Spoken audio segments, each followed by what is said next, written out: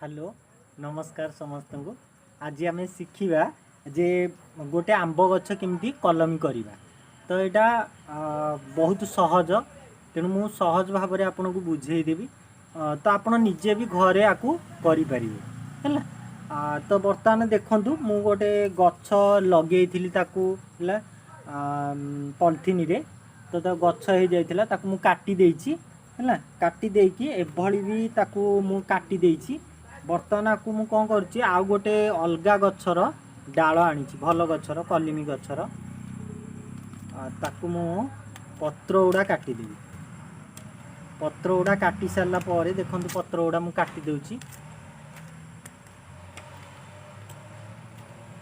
पत्र गुड़ा काटिदेली। बर्तमान देखु एबे बर्तमान मु कौन करी कलम भली है।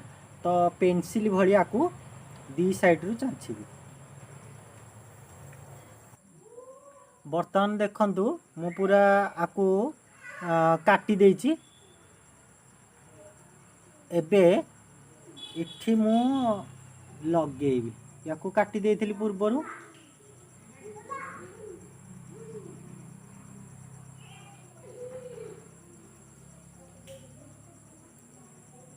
पूरा पूरी लगे देली। बर्तमान लगे देली याकु मु कहबा गछटी को बांधी दवा। इठी ए जगह को बांधी दवा, भल भाव में बांधी दवा।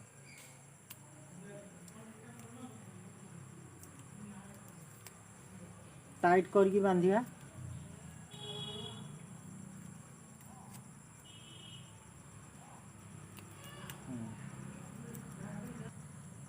बर्तमान आम आपको भल भाव बांधी देले।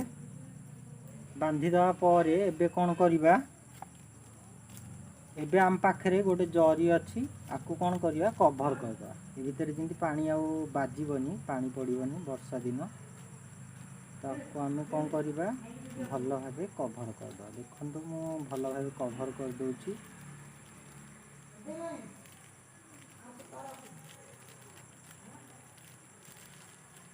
भल भाव कभर हो गला। ये कभर को आम भल भाव कौन करवा बांधी दो। भीतर को आ पानी जीवन बांधेली। देखिले बर्तमान आपको आम काटिदेली।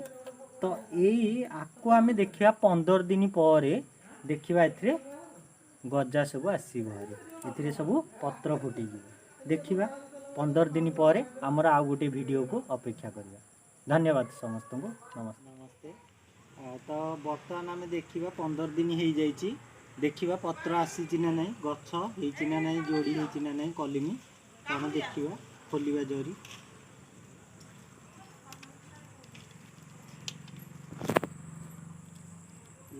देखु बर्तमान गछ हो जाइए, पत्र आसी जाइए। जॉइंट जगह आम भी देखिपर केमती जॉइंट होती। खोलुची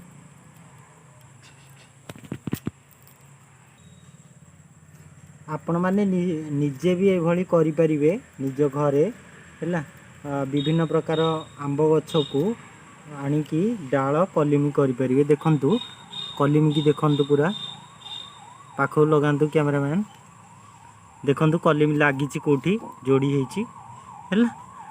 तो वर्तमान गछटी कहेची लगी जाइछि।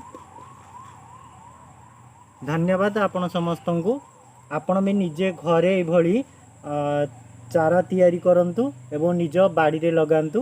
आउ छोट गछरे फल आसीबो, एरिया भी कभर कम करिवो हैला। तेणु आपण माने ट्राई निश्चित करंतु। धन्यवाद समस्त को। नमस्कार।